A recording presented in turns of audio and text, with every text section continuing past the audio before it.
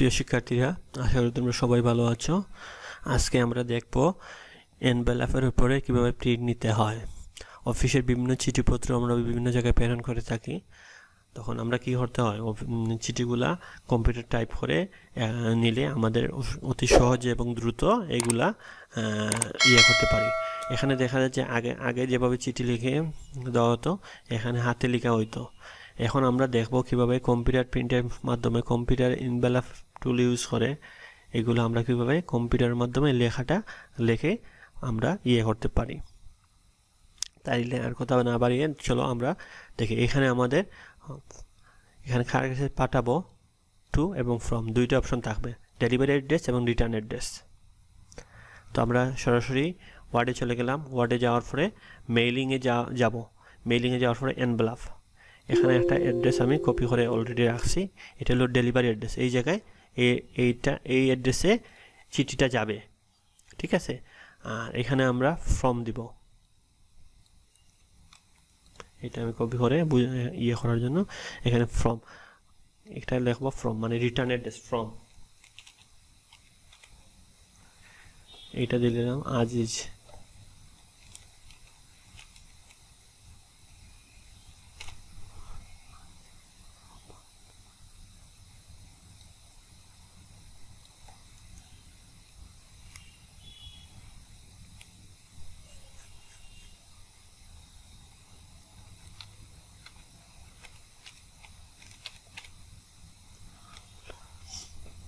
আমি এখানে দুইটা অ্যাড্রেস দিচ্ছি। এটা হলো ডেলিভারি অ্যাড্রেস, এইটাতে চিঠিটা যাবে, এইটা এখানে থাকবে।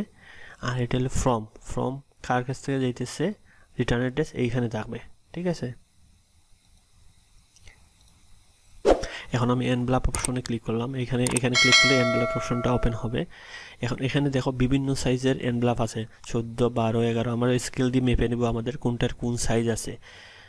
14, 12 এটা হলো 4.1/8 আর 9। লম্বা হলো 9.5 ইঞ্চি, আর এটা হলো 4.5 হলো 4। এইভাবে আমরা একটু মেপে নিব আমাদের কোনটা সাইজ। কাস্টম সাইজে চাইলে আমরা কাস্টম সাইজ করতে পারবো। কীভাবে করবো এটা আমি দেখাই দেবো। এখান থেকে আমরা সাইজগুলো দেখে নেব। এইটা হলো 14 ইঞ্চি, 12 ইঞ্চি, 11 ইঞ্চি, 10 ইঞ্চি, 9 ইঞ্চি। আসলে আমরা সাধারণত 9, 10 এইগুলোই থাকে। 11, 9, 10, 11 বেশিরভাগ প্রিন্ট হয়। আমরা দেখে নেব আমাদের সাইজটা কত। তো আমি ডিফল্ট যেটা আছে ওইটাই রেখে দিলাম 10 ইঞ্চি। তারপর এই দেখো এখানে রিটার্ন অ্যাড্রেসটা একটু উপরে চলে গেছে, ঠিক আছে। টপ থেকে আমরা একটু কি করব, টপ থেকে একটু আমরা একটু নিচে যাইতেছি, আনতে 6 ইঞ্চি নিচে দিয়ে দিলাম। এইটা চাইতেছি আর একটু উপরে তোলার জন্য, তাহলে ডেলিভারি অ্যাড্রেসটা একটু উপরে তুলে দিব, উপরে তুলে দিব।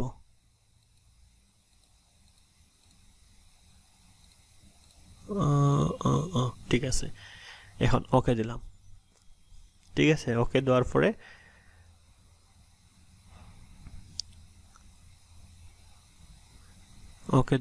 আমরা এখন আমরা ডকুমেন্টটা এড টু ডকুমেন্টে এই জায়গায় নিয়ে আসবো। এড টু ডকুমেন্টে ক্লিক করব। ইয়েস, দেখো আমাদের একটা ওপেন হয়ে গেছে, নতুন একটা এনভেলপ ওপেন হয়েছে। এইটা পাশ আছে কত, 10 ইঞ্চি, আর এই পাশে আছে 4 ইঞ্চি। 4 থেকে 4 ইঞ্চি 4.1.8, মানে 4 ইঞ্চি থেকে একটু বেশি। আমরা স্কেল দিয়ে মেপে নিব, ঠিক আছে। মেপে এইটা এখন আমরা চাইলে প্রিন্ট দিয়ে দিতে পারবো, খামটা প্রিন্টারে দিয়ে প্রিন্ট করে নিতে পারবো। এইভাবে আমরা চাইলে প্রিন্ট আউট করে নিতে পারবো।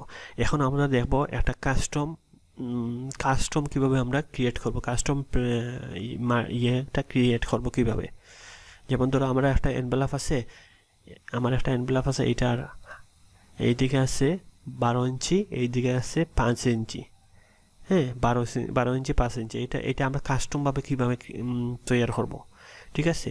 তো আমরা চলো নতুন একটা ডকুমেন্ট নেই, নিউ ডকুমেন্ট, ক্রিয়েট। তারপরে আমরা মার্জিনে চলে যাব। প্রথমে আমরা সাইজে যাব। সাইজটা আমরা পেপার সাইজটা আমরা কাস্টম পেপার সাইজ করে নিব, ঠিক আছে। এইখানে দিয়ে দিব কত, 12 ইঞ্চি। এখানে আমাদের নিচে এটা দিল আমরা 4.9 ইঞ্চি দিলাম, ঠিক আছে। 12 না দিয়ে একটু কম দিলাম, 11.8 ঠিক আছে 11.8 হাইট হইল 4.9 আর উইডথ হইল 11.8 ওকে দিলাম এই ফিক্স ওকে এখন দেখো এখানে আমার একটা হয়ে গেছে এখনটা মার্জিনটা আমরা সিলেক্ট করে নিব কাস্টম মার্জিন আমাদের ইচ্ছা মতো মার্জিনটা দিয়ে দিব লেফটে দিলাম আমি 6 টপে 6 রাইটে 6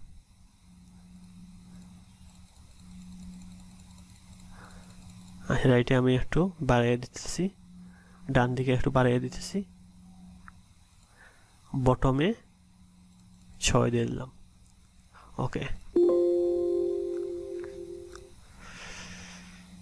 এখন আমরা এখানে আমরা যে অ্যাড্রেসটা টাইপ করছিলাম ওই অ্যাড্রেসটা নিয়ে আসতেছি এখানে ট্রু ফ্রম এই দুইটা অ্যাড্রেস আমি নিয়ে আসতেছি তোমাদের দেখানোর জন্য ঠিক আছে এইটা একটু বড় চাইলে বড় করে দিতে পারবো ঠিক আছে এইটা চাইলে একটু বড় করে দিতে পারবো আমরা দুটোটা একটু বড় করে দিতেছি এটা চাইলে আমরা নিচে নিয়ে আসতে পারবো এইটা আমরা চাইলে ডান দিকে সরিয়ে দিতে পারবো এইটা চাইলে একটু উপরে দিয়ে দিতে পারবো এখন ধরো আমি একটু ডিজাইন করব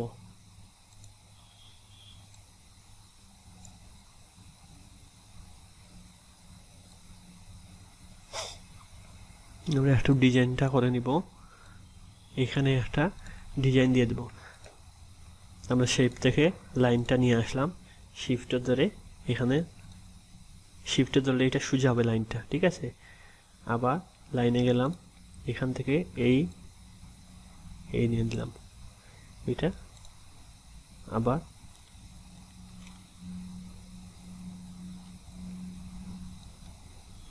এখান থেকে এখানে নিয়ে নিলাম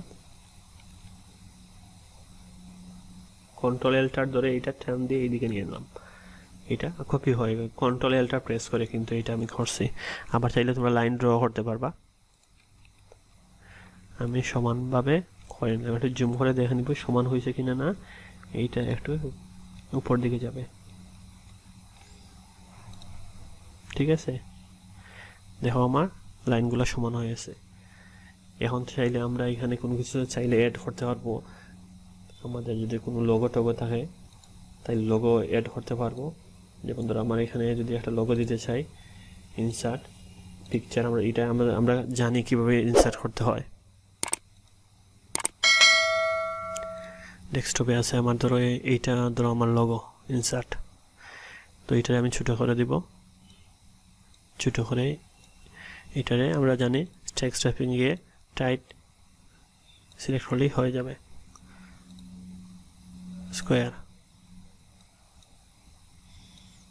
আমরা যে কোনো জায়গায় এটা বসাইতে পারবো ঠিক আছে এইভাবে বসাইয়ে আমরা প্রিন্ট আউট করে নিতে পারবো আমাদের ইচ্ছা অনুসারে প্রিন্ট আউট করে নিতে পারবো দেখছো এবং আশা করি আর তোমাদের এনভেলপ প্রিন্টে কোনো সমস্যা হবে না যদি কোনো প্রবলেম থাকে তাইলে আমাদের লাইক কমেন্ট দিয়ে জানাবা কমেন্ট করে জানাবে যে তোমরা এই প্রবলেমটা ফেস করতেছো আশা করি তোমাদের এই টিউটোরিয়ালটা ভালো লাগবে এবং তোমাদের এনভেলপ প্রিন্টে সাহায্য করবে ধন্যবাদ